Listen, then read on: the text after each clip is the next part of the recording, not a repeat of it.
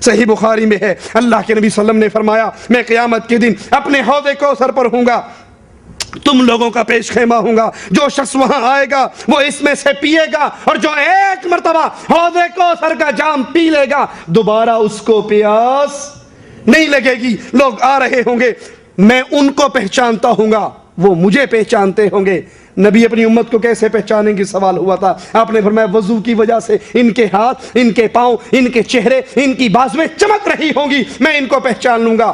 اللہ کے نبی فرماتے ہیں وہ قوم میرے پاس آئے گی، میرے اور ان کے درمیان رکاوٹ کھڑی کر دی جائے گی، اور ایک روایت میں ہے کہ درے مار کر ان کو دور کر دیا جائے گا۔ میں کہوں گا امتی امتی، اے فرشتوں یہ میری امت ہے، اے اللہ یہ میری امت ہے، میں ان کو حوض کوثر میں پانی پلانے کے لیے بیٹھا ہوں، ان کو دور کیوں کیا جا رہا ہے، رکاوٹ کھڑی کیوں ہو رہی ہے؟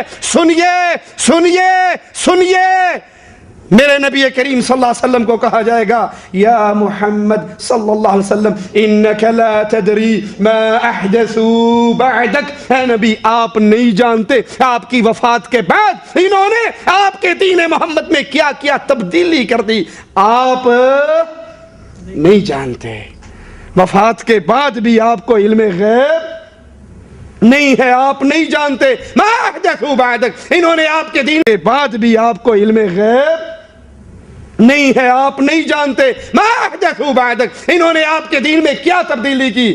اللہ کے نبی صلی اللہ علیہ وسلم فرمائیں گے سحقن سحقن سحقن لمن غیر بعدی، جنہوں نے میرے دین کو بدل ڈالا آج میری آنکھوں سے دور کر دیا۔ جو حضرت حسین کے کربلا کے واقعے کو پیش کرتے ہیں کہ اللہ کے نبی تو پہلے ہی کہہ دیا تھا کہ یہ وہاں پر مارے جائیں گے، حضرت حسین خود جب کربلا میں پہنچے تو دیکھا کوفی تلواریں لے کے سامنے کھڑے ہیں، تو حضرت حسین نے کہا جس کو شیخ مفید نے اپنی کتاب الارشاد کے اندر نقل کیا ہے کہ مجھے تم نے بلایا تھا، اگر تم میرا ساتھ دینے کے لیے تیار نہیں تو میں واپس مدینے چلا جاتا ہوں۔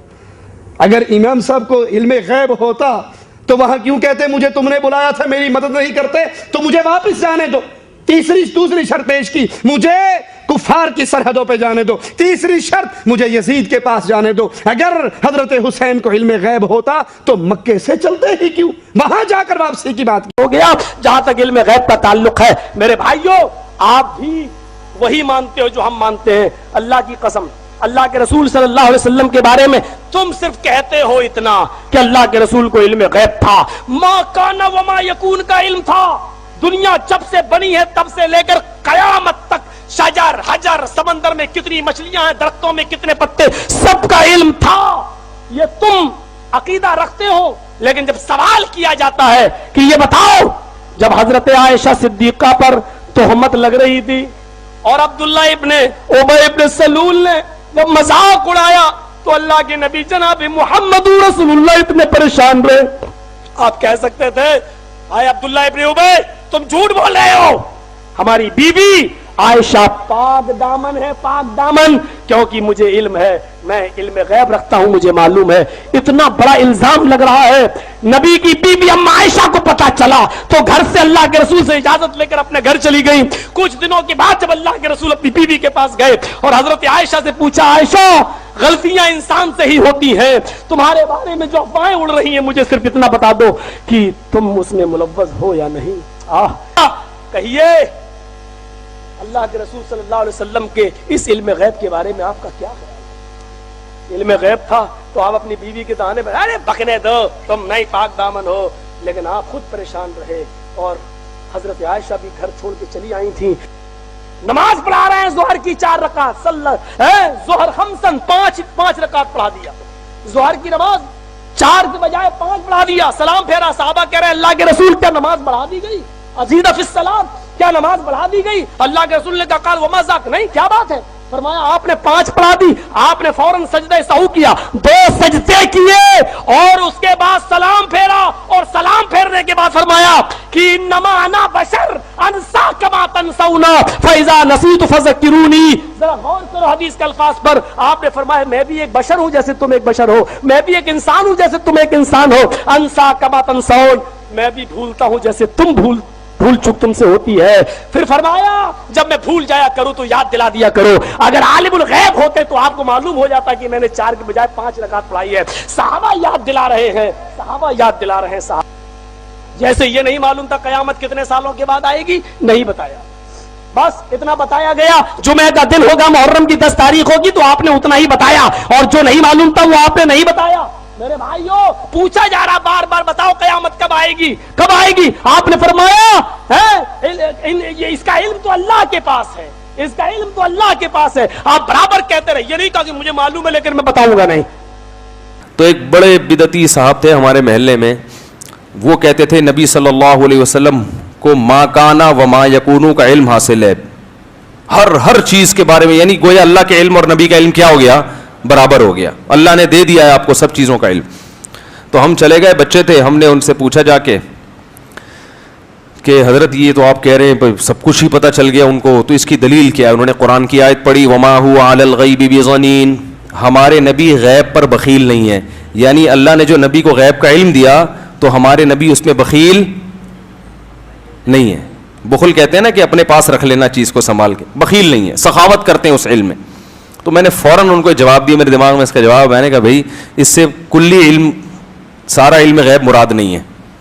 کہنے لگے کیوں؟ میں نے کہا اگر سارا علم غیب مراد ہوتا تو نبی پھر سارا علم غیب امت کو دیکھ کر جاتے، اگر کچھ اپنے پاس رکھتے تو بخل لازم آتا کہ نہیں آتا؟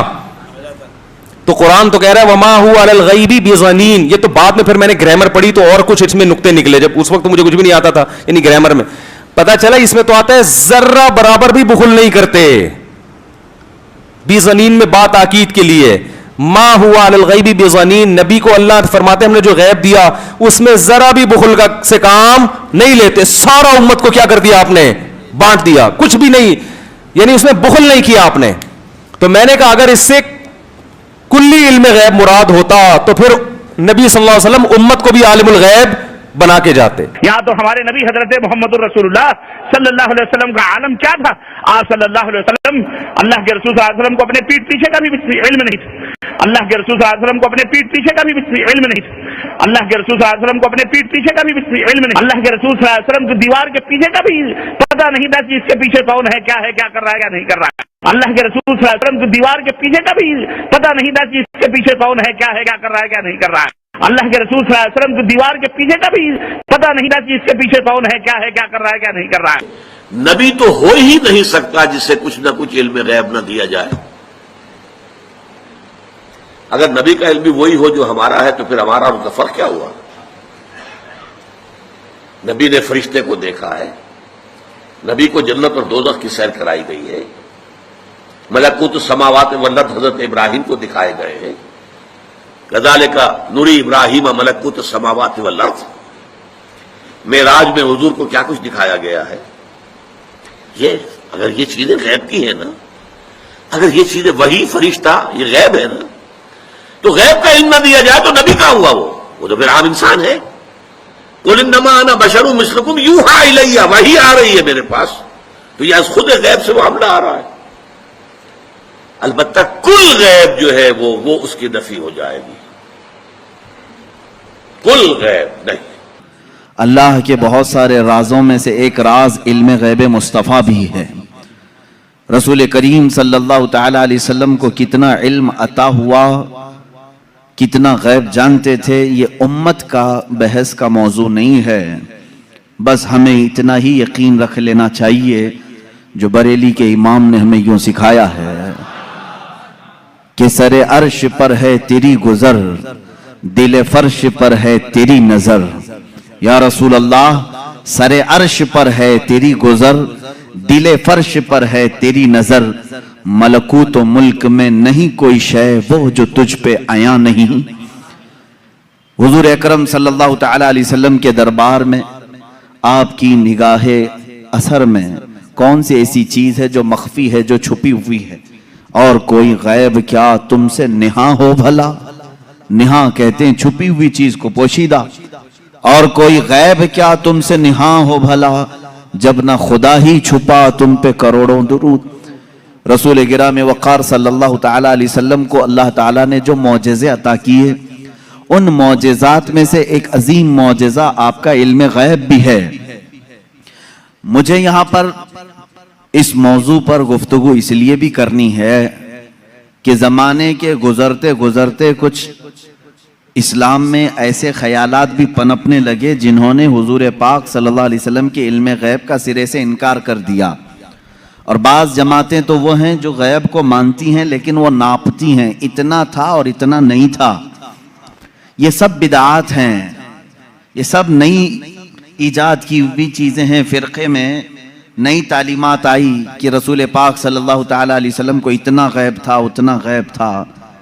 پہلی بات تو یہ ہے کہ ان کے علم کو جج کون کرے جو ان سے بڑا عالم ہو.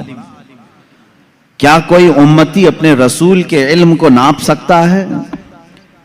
اب یہاں سے میں آپ کو قرآنی آیات اور احادیث کی روشنی میں اور اقوال سلف صالحین کی روشنی میں عرض کرنا چاہوں گا. امت کے سابقہ علماء سے لے کر صحابہ تک کا عقیدہ کیا رہا ہے حضور پاک صلی اللہ علیہ وسلم کے علم غیب کو لے کر.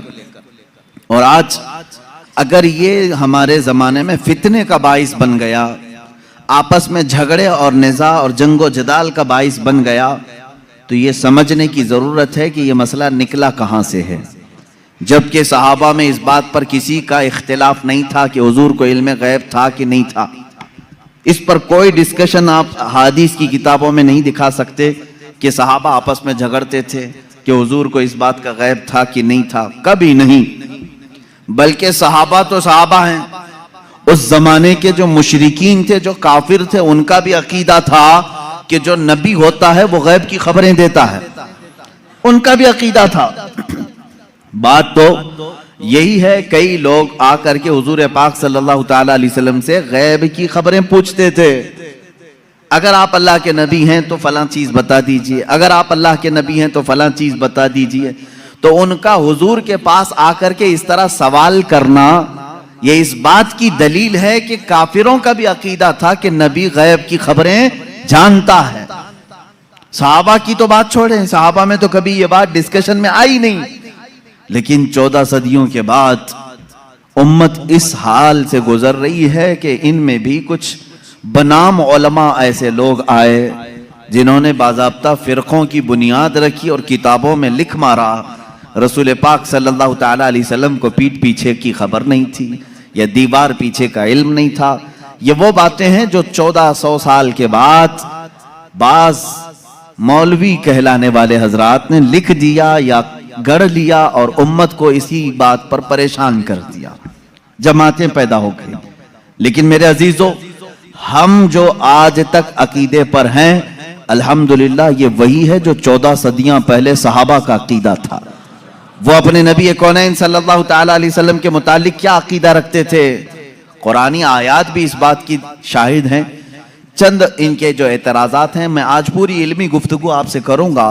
تھوڑا ذہن کو تیار رکھیں، دلائل کو بھی سمجھیں، اس لیے کہ صرف سنی سنائی بات پر یقین کر لینا یہ سنی کی عادت نہیں ہونی چاہیے. دلائل کی روشنی میں بات کریں.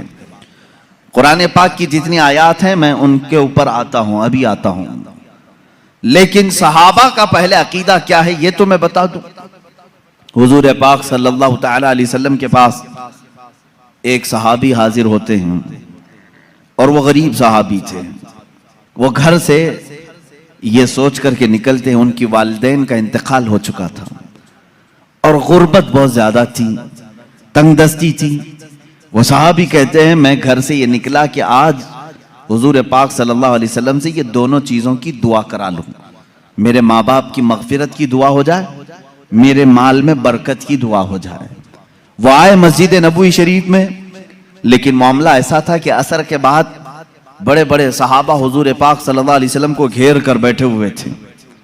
ان کو جانے کا موقع ہی نہیں ملا اور یہ کہتے ہیں میری ہمت نہیں ہو سکی سب سے آگے بڑھ کر کے میں اپنا مدعا رکھوں. مغرب کی اذان ہو گئی، مغرب پڑھائی رسول کریم صلی اللہ علیہ وسلم نے، پھر جلسہ ہوا لیکن پھر صحابہ گھیر لیے. یہ کہتے ہیں مجھے بات کرنے کا موقع ہی نہیں ملا، دور کھڑا رہا. عشاء ہو گئی. اللہ کے حبیب صلی اللہ تعالی علیہ وسلم عشاء کے بعد اپنے حجرے کی طرف روانہ ہو گئے، اپنے گھر کی طرف روانہ ہو گئے. صحابی کہتے ہیں آخر تک مجھے بولنے کا موقع نہیں ملا. سوچا کہ دروازہ کھلنے سے پہلے ایک بار موقع مل جائے میں بات کر لوں.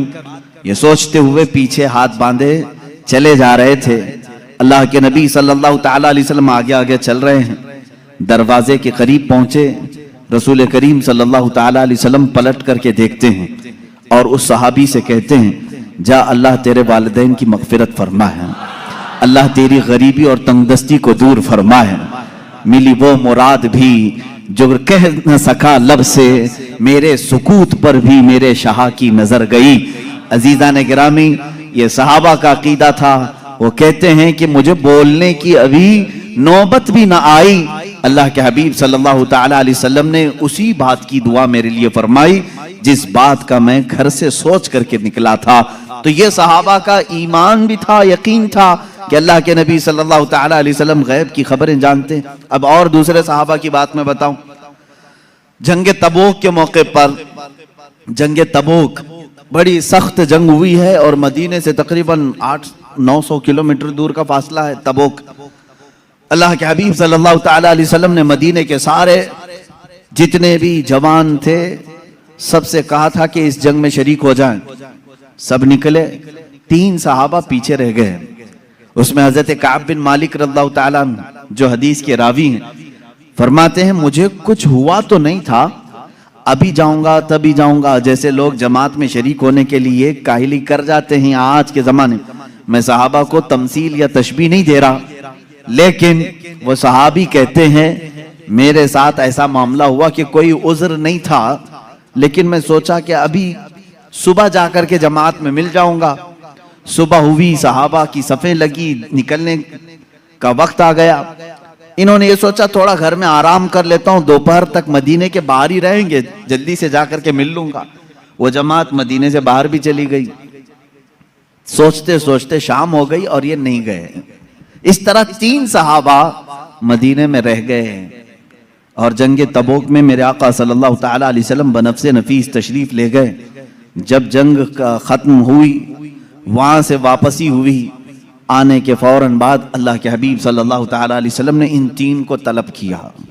اب ان کی باتیں سنیں. حضرت کعب بن مالک ہیں اس میں. یہ کہتے ہیں اللہ کے رسول صلی اللہ تعالی علیہ وسلم نے ہمیں بلوایا اور حضور کی عادت کریمہ تھی, سب سے پہلے پوچھتے تھے کوئی عذر تھا تمہارے پاس, نہ آنے کی کوئی وجہ تھی. اب اس صحابی کی بات سنیں. کہتے ہیں میں چاہتا تو کچھ نہ کچھ بات گڑھ لیتا کہ گھر کا کام کاج آ گیا تھا, بچے بیمار تھے, جائیداد کا مسئلہ تھا, کچھ تو کہہ دیتا. حضرت کعب کہتے ہیں, یہ الفاظ ہیں ان کے, میں کچھ بہانہ کر لے جاتا, لیکن اس کے پاس کیا بہانہ کروں جو دلوں کی حالات بھی جانتا ہے, جو دلوں کی بھی خبر رکھتا ہے. وہ کہتے ہیں صحابی رسول کہ میں کہہ دیا کہ اے اللہ کے نبی آپ بہتر جانتے ہیں, عذر تو کچھ نہیں تھا, سستی اور کاہلی نے مجھے دور رکھا. تینوں کا یہی معاملہ تھا. بہرحال یہ معاملہ الگ ہے, کسی دوسرے وقت عرض کروں, یہ لمبی حدیث ہے. حضور پاک صلی اللہ تعالی علیہ وسلم نے ان تینوں صحابہ کا بائیکاٹ کیا 40 دن تک. پھر قرآن کی آیت نازل ہوئی, ان کی توبہ قبول ہوئی, پھر ان کو معاف کیا گیا. لیکن مجھے اس سے بیان یہی کرنا تھا, صحابہ کا عقیدہ یہ ہے, وہ یہ کہتے ہیں ہم چاہتے تو بہانہ کر لیتے, لیکن ان کے پاس کیا بہانہ کریں جو دلوں کی بھی جانتے ہیں. اس کا مطلب یہ ہے کہ یہ صحابہ اس طرح کا عقیدہ نہیں رکھتے تھے جو آج کے ملا کہتے ہیں کہ پیٹھ پیچھے کی خبر نہیں تھی, دیوار کے پیچھے کی خبر نہیں تھی. وہ صحابی کہتے میرے دل کی حالات وہ جانتے تھے, اس لیے میں بہانہ نہیں کر سکا. عزیزان گرامی وقار, 1-2 نہیں, کئی باتیں اس بات کی شاہد ہیں اور دلیل ہیں. اللہ کے حبیب صلی اللہ تعالی علیہ وسلم نے غیب کی خبریں دی ہیں. اب مجھے یہ بتائیں, نبی جو لفظ ہے یہ کسی بھی دنیا کی ڈکشنری میں جا کر اٹھاؤ, عربک لفظ ہے, یہ نبی عربک ورڈ ہے. اس کا ترجمہ کہیں سے بھی جا کر کے آپ دیکھیں, نبی کا معنی ہوتا ہے غیب کی خبر دینے والا, غیب کی خبر دینے والا. اس کا ڈیفینیشن یہ ہے, اگر وہ غیب کی خبریں نہ دے تو پھر نبی کیسا, وہ لفظ ہی اس کے اوپر سوٹ نہیں کرے گا اگر وہ غیب کی خبر نہیں جانتے ہوں. غیب کی خبر سے مراد کیا ہے میرے عزیزو؟ جو ظاہر ہے ہم اس کو کہتے ہیں ظاہری خبر, اور غیب میں بہت ساری چیزیں آتی ہیں, زمینوں کا علم, آسمانوں کا علم, تمہارے نسب کا علم, تمہارے دلوں کے اندر چھپے ہوئے رازوں کا علم, تمہارے گھروں میں موجود خبروں کا علم، بہت ساری چیزیں آتی ہیں، یہ سب غیب میں آتی ہیں۔ اب حضرت عیسیٰ علیہ السلام کے متعلق قرآن کہہ رہا ہے وَأُبْرِئُ الْأَكْمَحَ وَالْأَبْرَصَ وَأُحْيِي الْمَوْتَى بِإِذْنِ اللَّهِ وَأُنَبِّئُكُم بِمَا تَأْكُلُونَ وَمَا تَدَّخِرُونَ فِي بُيُوتِكُمْ۔ حضرت عیسیٰ علیہ السلام کہتے ہیں کہ میں تمہیں وہ سب چیزوں کی بات بتا دوں گا، خبر دے دوں گا جو کچھ تم اپنے گھروں میں بیٹھ کر کھاتے ہو اور جو کچھ تم جمع کرتے ہو۔ یہ کون کہہ رہا ہے؟ عیسیٰ علیہ السلام، ان کی زبان میں قرآن بیان کر رہا ہے۔ قرآن یہ کہہ رہا ہے عیسیٰ علیہ السلام ان تمام چیزوں کی خبر دیتے تھے جو لوگ اپنے گھروں میں کھاتے ہیں، جو لوگ اپنے گھروں میں جمع کرتے ہیں۔ جب بنی اسرائیل کے نبی عیسیٰ علیہ السلام گھروں میں موجود کھانوں کی خبر دے سکتے ہیں، سید الانبیاء صلی اللہ تعالی علیہ وسلم پوری امت کی خبر نہیں رکھ سکتے؟ عزیزان گرامی وقار، رسول گرامی وقار صلی اللہ تعالی علیہ وسلم کتنا غیب رکھتے تھے کتنا نہیں، ایک الگ ٹاپک ہے۔ میں آپ کو اس مسئلے کو نہایت ہی اخلاق کے ساتھ، تمیز کے ساتھ، تہذیب کے دائرے میں بتاؤں گا، اس لیے کہ کبھی کبھار ہوتا ہے کہ کوئی جوش میں اور جذبے میں ادھر سے ادھر چلا جائے، لیکن میں بڑے ادب کے ساتھ آپ سے عرض کروں گا۔ علم غیب کا انکار کہاں سے آیا، کیوں ہوا، اور ہمارا آج یہ مسئلہ کیوں بنا؟ اس کی وجہ یہ ہے کہ بعض سلفی اور وہابی اور ان کی پیروی میں جماعت دیوبند، جن کے بعض علماء نے حضور پاک صلی اللہ تعالی علیہ وسلم کے کچھ علم غیب کا انکار کیا، ان کی کتابوں میں موجود ہے۔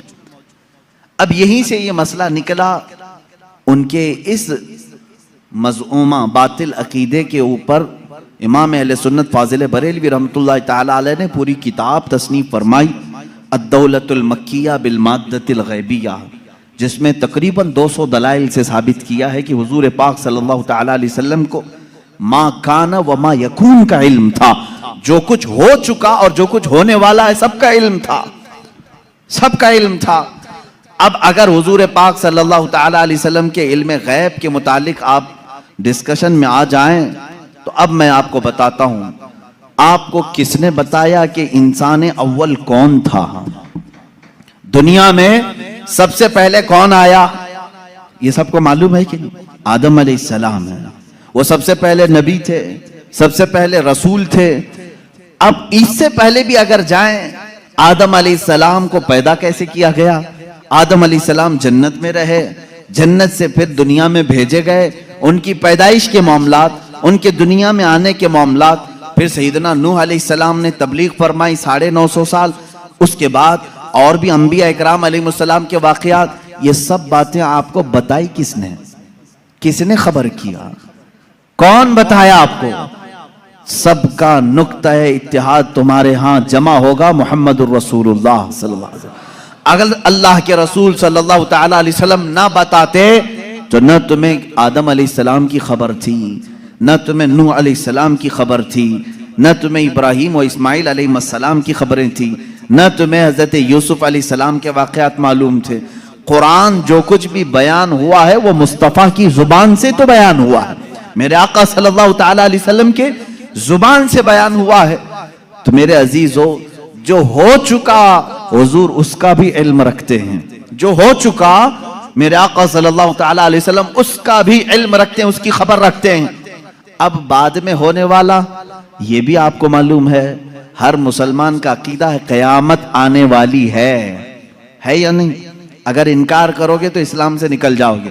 قیامت کیسے آئے گی اس کا پورا نقشہ بھی معلوم ہے، کیسے آئے گی آپ نے علماء سے سنا ہوگا، کتابوں میں پڑھا ہوگا، قیامت کے قریب کیا کیا حالات ہوں گے، نشانیاں کیا کیا ہیں، یہ سب چیزیں بتائی گئی۔ یاجوج ماجوج آئیں گے، دجال نکلے گا، سورج پچھم سے نکلے گا، دابت الارض آئے گا، یہ بڑی بڑی نشانیاں۔ عیسیٰ علیہ السلام نازل ہوں گے، امام مہدی کا ظہور ہوگا، یہ بڑی بڑی نشانیاں۔ اور اس کے بعد ایک دن ایسا آئے گا کہ سور پھونکا جائے گا۔ یہ اسرافیل علیہ السلام کے ہاتھ میں ابھی سور ہے، فرشتے ہیں، اور وہ باجے کی شکل کی ایک چیز ہے، اس سے آواز دھیرے دھیرے نکلے گی، اور اس کے بعد پھیلتی جائے گی، نہایت تیز ہو جائے گی۔ اسی آواز کے دھماکے سے پوری دنیا کا اختتام ہوگا۔ پھر سورج چاند ٹکرا دیے جائیں گے, تارے پھٹ جائیں گے, زمین اڑا دی جائے گی, پہاڑ روئی کے گالے کی طرح اڑ رہے ہوں گے, پھر میدان قیامت قائم کیا جائے گا, قیامت آئے گی. اتنا سارا ڈیٹیل یہ کس نے بتایا آپ کو؟ یہ کون بتایا ہے؟ اگر رسول پاک آنے والی خبروں کو نہیں جانتے تھے تو پھر قیامت کی خبر کبھی نہیں دیتے. اس کا مطلب ہے اللہ کے نبی صلی اللہ تعالی علیہ وسلم آدم علیہ السلام کی پیدائش سے لے کر روز قیامت تک جو سور پھونکا جائے گا, کائنات کی ہر چیز سے واقف تھے, ہر چیز سے باخبر تھے. حضور اکرم صلی اللہ تعالی علیہ وسلم کا علم غیب کتنا تھا کتنا نہیں تھا, اب اس پر آتے ہیں ہم. اس لیے کہ بعض علماء, ان سے ہمارا بھی ڈسکس ہوا, انہوں نے کہا کہ آپ خواہ وہابی اور دیوبندی جماعت سے اختلاف رکھتے ہیں, ہم کبھی انکار نہیں کرتے حضور صلی اللہ تعالی علیہ وسلم کے علم غیب کا, لیکن ہم یہ کہتے ہیں کہ پورا علم غیب ان کے پاس نہیں تھا. انہوں نے باضابطہ ہمارے ساتھ یہ ڈسکس کیا, پورا علم غیب نہیں تھا. ہم حضور کے تھوڑے سے علم غیب کا انکار نہیں کرتے, ہاں تھا رسول کو لیکن پورا نہیں تھا ہر چیز کا. میں نے کہا اس پر کیا دلیل ہے آپ کے پاس؟ انہوں نے کہا بعض مقامات پر حضور نے کہا ہے مجھے معلوم نہیں, بہت سارے ایسے مقامات ہیں واقعہ ہو گیا حضور کو اس کی خبر نہیں رہی. اس کا مطلب ہے حضور کو پورے علم غیب کا پورا علم غیب نہیں تھا, تھوڑا سا تو تھا, ہم اس کا اقرار کرتے ہیں. میرے عزیزو جواب صرف اتنا ہی ہے کہ چلو میاں ہم اور آپ بیٹھتے ہیں, ہم یہ لکھتے ہیں کہ حضور کا کیا کیا علم غیب تھا, اور آپ یہ لکھو کہ حضور کو کس کس چیز کا نہیں تھا. مبارک ہو تمہیں, تم حضور کے علم غیب کی نفی پر لکھتے جاؤ اور ہم حضور کے علم غیب کے اس بات پر لکھتے جائیں گے کہ اللہ کے نبی صلی اللہ تعالی علیہ وسلم کو کن کن چیزوں کی خبر تھی اور تم کن کن چیزوں کی نہیں تھی, اس پہ لکھو. اور اس کے بعد ماتم کرو اپنی زندگی پر کہ اللہ نے تمہیں کس طرح کی یہ ڈیوٹی لگائی کہ نبی کونین کا نقص نکالنے پر پوری زندگی لگا دی. حضور پاک کے صلی اللہ تعالی علیہ وسلم کے مرتبے کو کم کرنے کے لیے تمہیں ڈیوٹی لگ گئی, تم اس چیز پر تیار ہو گئے. عزیزان گرامی وقار, پہلے یہ تو مجھے بتائیں کہ کون ہے جو یہ انصاف کرے گا اتنا تھا اتنا نہیں تھا, کتنا تھا؟ کیا تم نبی کے زمانے میں ہو؟ حضور پاک صلی اللہ تعالی علیہ وسلم سے تم نے کچھ پوچھا ہے اس بارے میں؟ چلو اگر 100 چیزوں کا علم تھا حضور صلی اللہ تعالی, یا علم غیب اگر 100 کو کہتے ہیں تو تم بتاؤ حضور کے پاس 70 تھا کہ 75 تھا کہ 80 تھا کہ 82 تھا؟ کوئی حد ہے تمہارے پاس؟ نہیں بتا سکیں گے, میرا چیلنج ہے. وہ کہتے ہیں بعض کا تھا, ارے میاں وہ بعض کی بھی تو تحدید کر دو, بعض کا مطلب کیا ہے؟ نہیں, بعض کا علم غیب تھا. آج بھی وہ کہتے ہیں حضور کو بعض چیزوں کا علم غیب تھا. میں یہی کہتا ہوں وہ بعض کتنا تھا یہ آپ متعین کر کے بتا دو. چلو 30% تھا, 40% تھا, پرسنٹیج نہیں بیان کر سکیں گے. جہاں انہوں نے انگلی رکھ دی کہ اتنا تھا تو پھر وہ اسلام میں زیادتی کرنے والے بن جائیں گے اور خارج اسلام ہو جائیں گے. حضور کے علم کو انہوں نے اگر گھیر دیا اتنا تھا, اب ہم سے وہ پوچھتے ہیں چلو ٹھیک ہے ہم نہیں بتاتے کتنا پرسنٹ تھا, آپ ہی بتاؤ کتنا تھا. ہم کہتے ہیں اللہ کے بعد اگر کوئی علم ہے تو رسول پاک کے بعد, تو اللہ کا ناپو, اس کے بعد پتہ چل جائے گا. اللہ رب العزت کا جو علم ہے اس کے بعد اللہ نے اگر کسی کو علم عطا کیا ہے تو اپنے رسول کو عطا کیا, یہ ہمارا عقیدہ ہے. اب ہمیں معلوم نہیں اللہ کا علم کتنا ہے, اب ہم کو وہ اصل معلوم نہیں, تو پھر جس کو عطا کیا اس کا کہاں ہم حساب کر سکیں گے. اب ایک ایگزامپل میں آپ کو بتا دوں. سیدنا خضر علیہ السلام جن کو خضر کہا گیا ہے, موسیٰ علیہ السلام اور حضرت خضر کا جو واقعہ ہے سورہ کہف میں ہے. انہوں نے خود کہا ہے کہ مجھے بعض چیزوں کی حکمت دی گئی. حضرت موسیٰ علیہ السلام حضرت خضر سے ملنے کے لیے گئے تھے, معلوم ہوگا آپ کو واقعہ. موسیٰ علیہ السلام اپنے زمانے کے جلیل القدر پیغمبر ہیں. آپ نے اللہ کی بارگاہ میں دعا کی کہ اے اللہ جو علم و حکمت سے بھرا ہوا تیرا بندہ ہے مجھے اس سے ملاقات کرا. اللہ نے فرمایا ایک مچھلی بھون کر کے لے چلو, سمندر کے کنارے کنارے چلتے رہو, جہاں یہ مچھلی زندہ ہو کر سمندر میں چلی جائے وہاں میرے اس بندے سے تیری ملاقات ہوگی. قرآن پاک میں یہ موجود ہے سورہ کہف میں. موسیٰ علیہ السلام اپنے غلام کے ساتھ لے کر چلتے رہے ایک جگہ آرام کرنے کے لیے. آپ رکے, سو گئے, مچھلی وہیں زندہ ہوئی, بھنی ہوئی مچھلی, تلی ہوئی مچھلی زندہ ہوئی اور سمندر میں کود گئی. غلام نے خبر نہیں کیا, اٹھایا نہیں. موسیٰ علیہ السلام آرام فرما رہے تھے, پھر جب بیدار ہوئے تو غلام بھول گئے, آگے چل پڑے. موسیٰ علیہ السلام کو بھوک کی شدت ہوئی تو آپ نے کہا لاؤ وہ مچھلی کھا لیتے ہیں, اب لمبا سفر نہیں ہوگا. تب غلام نے کہا وہ مچھلی وہیں اچھل کر چلی گئی تھی جہاں آپ آرام کر رہے تھے. واقعہ طویل ہے. واپس موسیٰ علیہ السلام وہاں آئے تو دیکھا ایک سفید پوش بزرگ تھے, انہوں نے آپ کا نام لے کر کے آپ کو سلام کی, ملاقات ہوئی. حضرت موسیٰ علیہ السلام نے ان سے کہا کہ میں آپ کے ساتھ کچھ دن رہنا چاہتا ہوں. انہوں نے کہا تم میرے ساتھ نہیں صبر کر سکو گے. موسیٰ علیہ السلام نے کہا رہوں گا. انہوں نے ایک شرط رکھی, میں جو بھی کام کروں اس پر پوچھنا مت کہ ایسا کیوں کیا. موسیٰ علیہ السلام اس پر پابندی کے ساتھ چلتے رہے. 3 واقعات قرآن میں بیان کیے گئے. کشتی پر بیٹھے اور وہ کشتی والا فری میں بٹھایا دونوں کو, موسیٰ علیہ السلام اور حضرت خضر کو.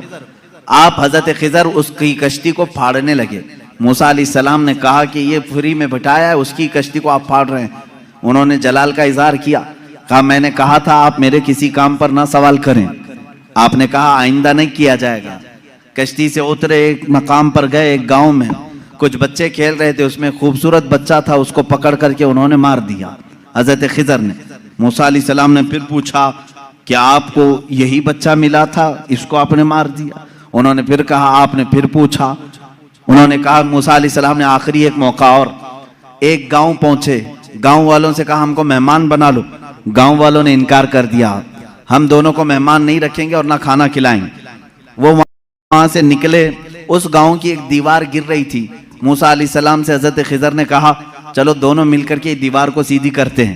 موسیٰ علیہ السلام نے کہا ایک تو گاؤں والوں نے کھانا بھی نہیں کھلایا, مہمان بھی نہیں بنایا, ان کی دیوار کو ہم کیوں صحیح کریں, اور آپ نے ایسا کیوں کیا. حضرت خضر نے کہا اب یہاں سے تمہارا اور ہمارے جدائی کا راستہ.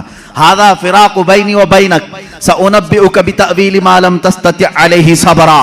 قرآن کہتا ہے اب خضر علیہ السلام نے کہا جس پر آپ کو صبر نہیں ہوا ان میں سے ہر ایک کی میں حکمت بتاتا ہوں. اس کے پیچھے چھپا ہوا غیب کا علم کیا تھا, یہ کون کہہ رہا ہے؟ سیدنا خضر علیہ السلام. اس کے پیچھے چھپے ہوئے راز کیا تھے؟ وہ کشتی جس میں ہم بیٹھے تھے میں نے اس لیے پھاڑا کہ کنارے ایک بادشاہ ظالم جو اچھی کشتیوں کو دیکھ کر کے غصب کر لیتا تھا, لوٹ لیتا تھا, میں نے اس پر احسان کر کے تھوڑا سا عیب لگا دیا تاکہ اس مزدور کی کشتی کو بادشاہ ہڑپ نہ لے, غصب نہ کر لے. یہ اس کے اندر چھپا ہوا غیب تھا, غیب کا علم تھا. موسیٰ علیہ السلام کو دوسرے واقعے کی خبر انہوں نے دی.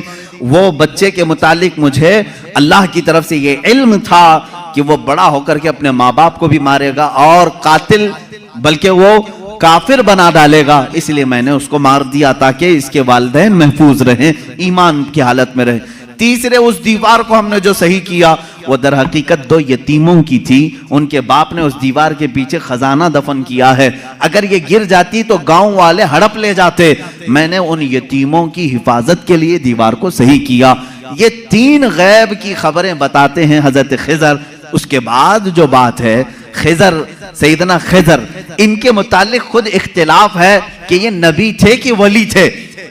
نبی تھے کہ ولی تھے. بعض علماء نے کہا بنی اسرائیل کے نبی تھے, بعض علماء نے کہا نہیں وہ اپنے وقت کے ولی تھے.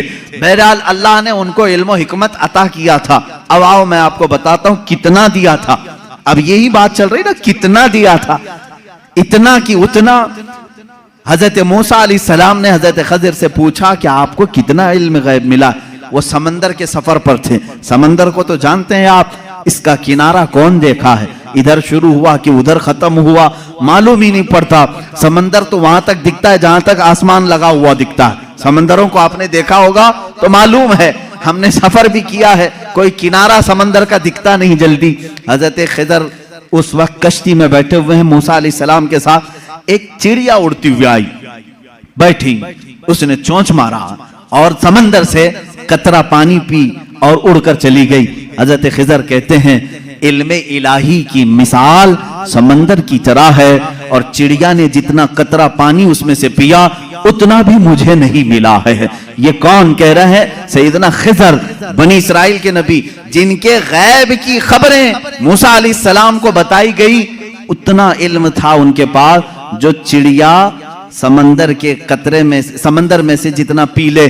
میرے عزیزو، اب یہاں سے کتنا اور اتنا کا اندازہ وہی کر سکے گا جو علم الہی کو ناپا ہوگا۔ اللہ کا علم کتنا ہے۔ اب یہاں رسول کریم صلی اللہ تعالیٰ علیہ وسلم کے دربار میں آتے ہیں۔ اگر آپ سوال کرتے ہیں کتنا تھا کتنا نہیں تھا، تو یہ مسئلہ ہم ڈائریکٹ اللہ سے کیوں نہ پوچھ لیں؟ اے مولا، عطا کرنے والا تو ہے، لینے والا تیرا رسول ہے، تو ہی بتا دے کتنا علم تھا۔ قرآن کے پاک کی آیت آپ 4 پارے میں پڑھیں، 5ویں پارے میں پڑھیں، اللہ رب العزت فرماتا ہے وَعَلَّمَكَ مَا لَمْ تَكُنْ تَعْلَمْ وَكَانَ فَضْلُ اللَّهِ عَلَيْكَ عَظِيمًا۔ اے رسول، ہم نے آپ کو علم غیب کتنا دیا؟ کتنا دیا؟ فرماتا ہے میرا مولا، اے رسول، ہر اس چیز کا علم دیا جو آپ پہلے نہیں جانتے تھے۔ اب کیا کیا نہیں جانتے تھے تم طے کرو، پھر میں بتاتا ہوں۔ ہر اس چیز کا علم اللہ نے انہیں دیا ہے۔ تم اگر کہتے ہو رسول یہ نہیں جانتے تھے، تو مولا تو کہہ رہا ہے جو رسول نہیں جانتے تھے میں نے دے دیا ہے۔ تم اگر کہو کہ حضور بچپن کی خبریں نہیں جانتے تھے، میں کہوں گا اللہ وہ بھی دیا ہے۔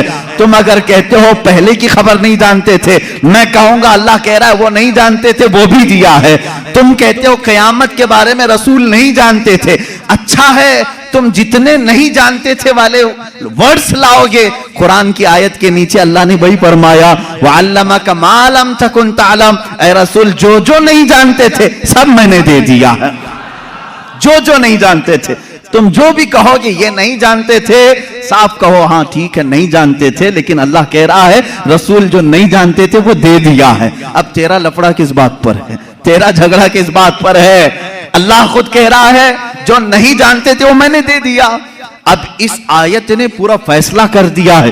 اب یہاں پر آئیں، ڈسکس ہوتا ہے تو بعض لوگ یہ کہتے ہیں قرآن کی آیت ہے، قرآن کہہ رہا ہے وَعِنْدَهُ مَفَاتِحُ الْغَيْبِ لَا يَعْلَمُهَا إِلَّا هُوَ۔ اللہ کے پاس غیب کے خزانوں کی چابیاں ہیں، کوئی دوسرا نہیں جانتا۔ ایک آیت ہے۔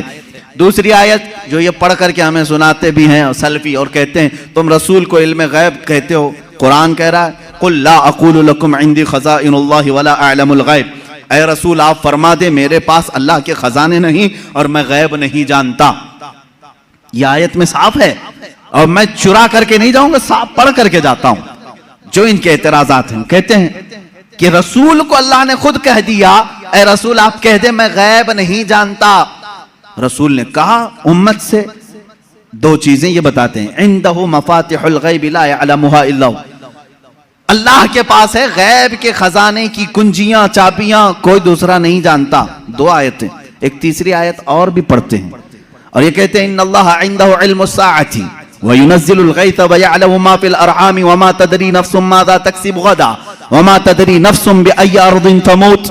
بے شک اللہ کے پاس 5 چیزوں کا علم ہے، اس کو کوئی دوسرا نہیں جانتا۔ قیامت کب آئے گی، بارش کب آئے گی، ماں کے پیٹ میں کیا ہے، یعلم ما فی الارحام وما تدری، اور کوئی آدمی یہ نہیں جانتا کہ کل کیا ہوگا۔ 5ویں چیز ہے کوئی یہ نہیں جانتا کہ کس زمین میں مرے گا۔ 21ویں پارے کی آیت ہے، اللہ فرما رہے 5 چیزوں کا علم اللہ ہی کے پاس ہے۔ میرے عزیزو یہ سوالات کے بوچھار ہیں جو ایک سیدھے سادے بھولے بھالے سنی مسلمان کے سر پر لاد دیے جاتے ہیں اور اسے بوجھل کر کے کہا جاتا ہے قرآن جب یہ کہہ رہا ہے رسول کو کہ آپ کہہ دیں کہ میں غیب نہیں جانتا، اور اللہ کہہ رہا ہے کہ غیب کے خزانے کی چابیاں اسی کے پاس ہے کسی کے پاس نہیں، تو جواب دینا مشکل ہوتا ہے۔ بعض بندوں کو کہتے ہاں صحیح بات ہے، ہمارے مولوی حضرات نے کچھ اور بتایا تھا، یہاں باتیں میں آج آپ کو کھل کر کے ان تمام چیزوں کی وضاحت کروں گا۔ ایک بات میں تقریباً یہاں پر 100 کتابوں سے ثابت کر سکتا ہوں، مصنفین، شارحین حدیث، سیرت نگار، محدثین، مفسرین قرآن، ان کی پوری جماعتوں کے تقریباً 100 ائمہ اکرام کی کتابوں سے ہم ثابت کر سکتے ہیں۔ ان ساری آیتوں میں اللہ نے جو فرمایا ہے کہ کسی کے پاس نہیں، اس کا مطلب کیا ہے؟ غیب کے خزانوں کی چابیاں کسی کے پاس نہیں. میرے عزیز اس سے کہو ہم بھی یہی مانتے, اللہ کے سوا کسی کے پاس نہیں.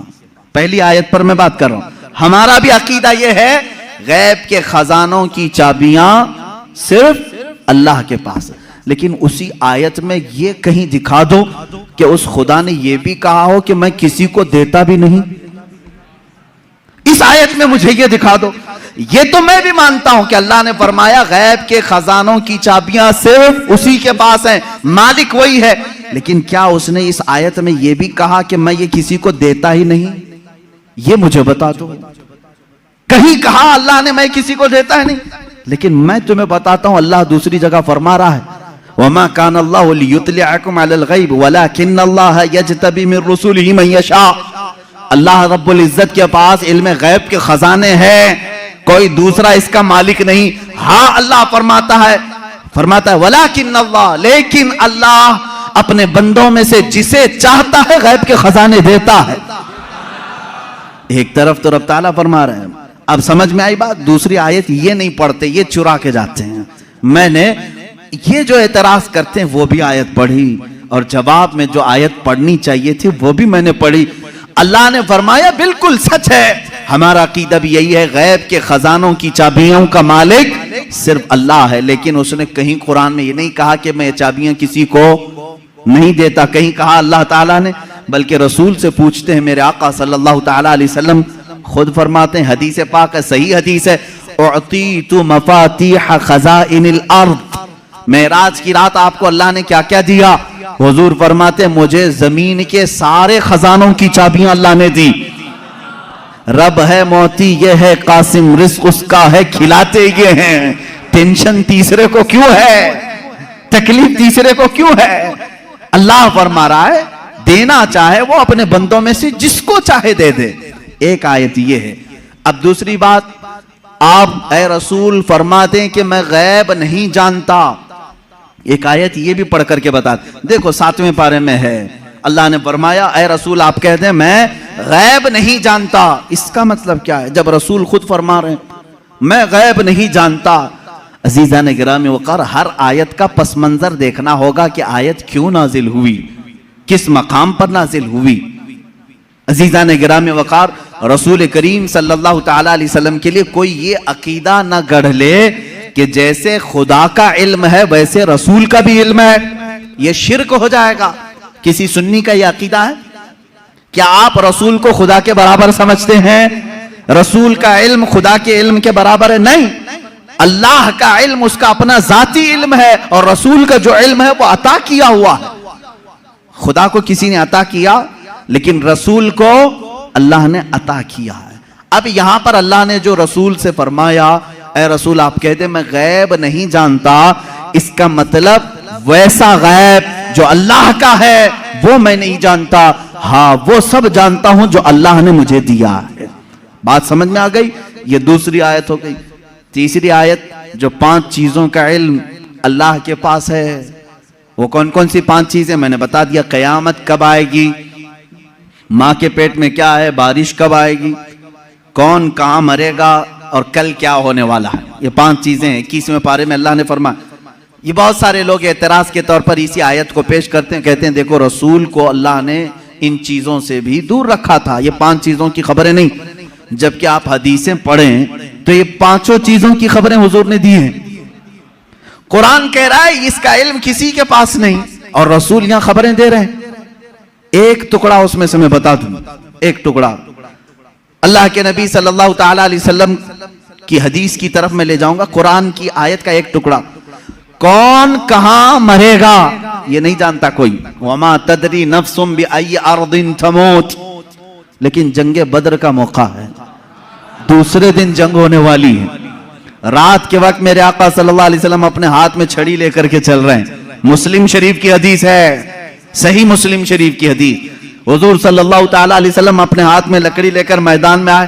اپنے صحابہ کو حوصلہ دلانا تھا کہ تم گھبراؤ مت, کل کیا ہونے والا ہے میں بتاتا ہوں.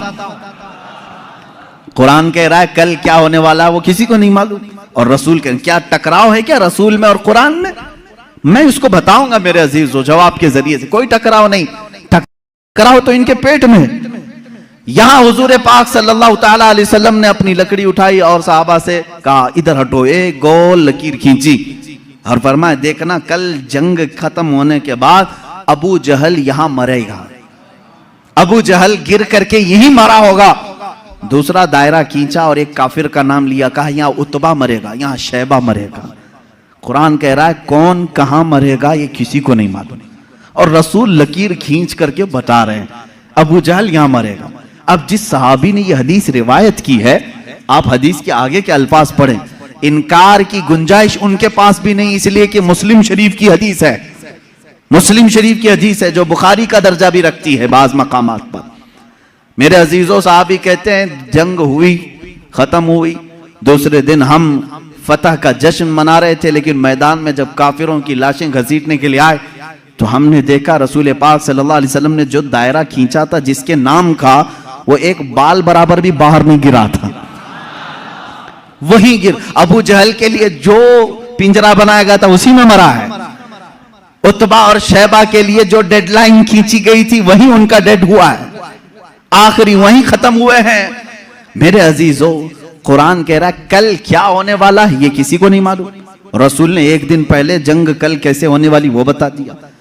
دوسری چیز قرآن کہہ رہا ہے کون کہاں مرے گا یہ نہیں معلوم، رسول تو زمین کھینچ کر کے بتا رہے ہیں۔ دو چیزیں تو یہاں ہو گئی، ماں کے پیٹ میں کیا ہے یہ بھی کوئی نہیں جانتا، تم رسول کی بات آتے ہو تو یہاں کہتے ہو دیکھو قرآن کہہ رہا ہے ماں کے پیٹ میں کیا ہے وہ نہیں جانتا۔ تم تو ڈاکٹروں کے بارے میں بھی اتنا علم رکھتے ہو کہ سونوگرافی سے بتا دیتے ہیں لڑکا ہے کہ لڑکی ہے۔ آج کے جدید علم میں اس کا تو انکار نہیں ہے۔ اب یہ قرآن کی آیت جس چیز کو منع کر رہی ہے کوئی نہیں جانتا، اس کا مطلب کیا ہے، اس کا مطلب کیا ہے؟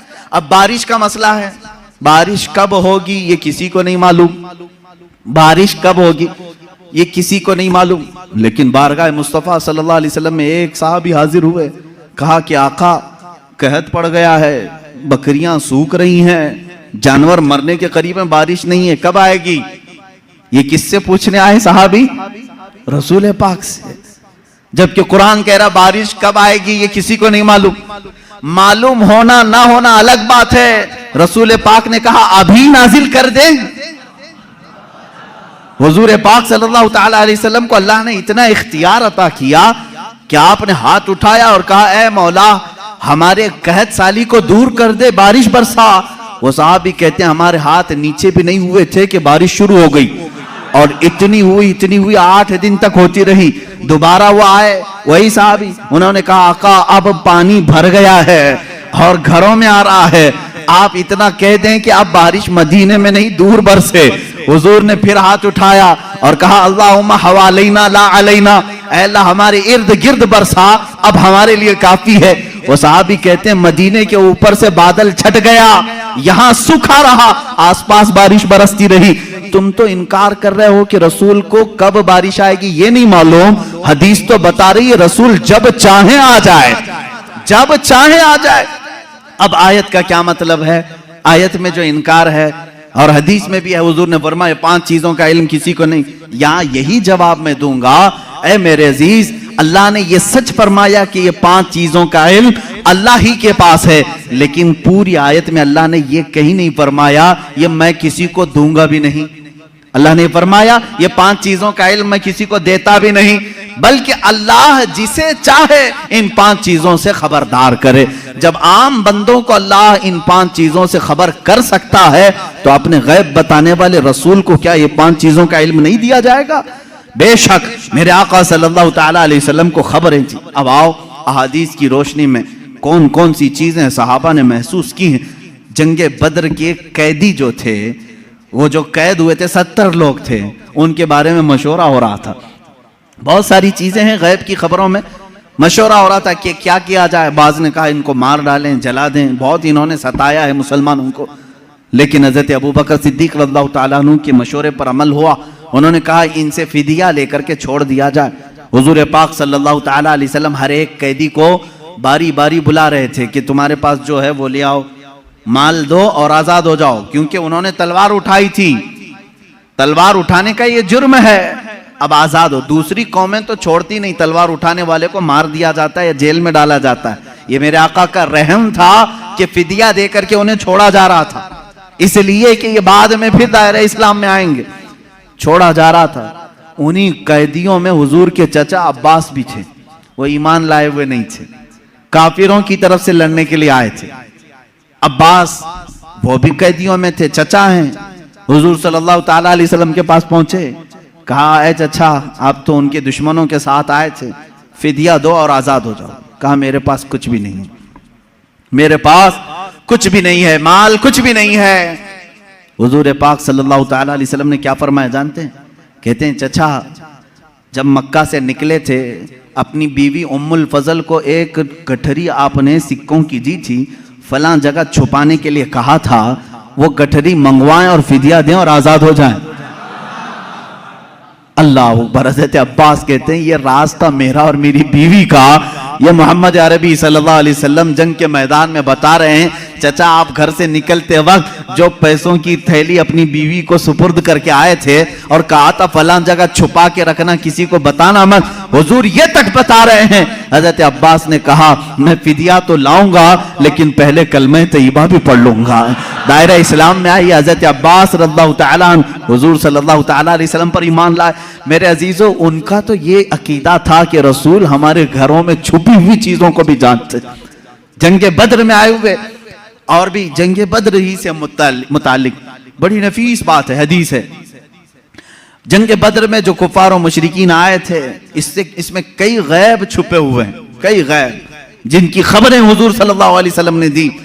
ختم ہوئی اس میں کافروں کو بھاری نقصان ہوا تھا، بڑا نقصان ہوا تھا۔ یہ تو معلوم ہے کہ صرف 14 صحابہ کی وفات ہوئی، شہادت ہوئی، باقی 70 ان کے مارے گئے، 70 قیدی بنائے گئے، پورا مال وہ چھوڑ کے بھاگے تھے، جو 1000 کی تعداد میں آئے تھے اور ادھر 313 ہی تھے۔ اس کے بعد وہ اسی غم میں پیچ و خم کھا رہے تھے، گلتاں پیچاں تھے، مکہ کے لوگ یعنی حسد میں جل رہے تھے۔ ان میں سے ایک شخص تھا صفوان، اس کے باپ کو قتل کر دیا گیا تھا میدان بدر میں، امیہ باپ مار دیا گیا۔ جب لوگ جا کر کے واقعات سنا رہے تھے، وہ بہت مالدار آدمی تھا صفوان، بہت غم میں آ گیا کہ میرے باپ اتنے بڑے آدمی سردار قریش کو محمد کے ساتھیوں نے قتل کر دیا۔ غم و غصے میں غیظ میں وہ جل رہا تھا۔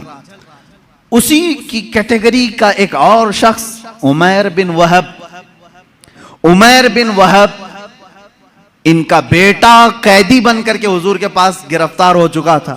ایک کا بیٹا قیدی بنا ہے، ایک کا باپ مارا گیا ہے، دونوں سیم کیٹیگری کے ہو گئے، دوستی جلدی ہوتی ہے۔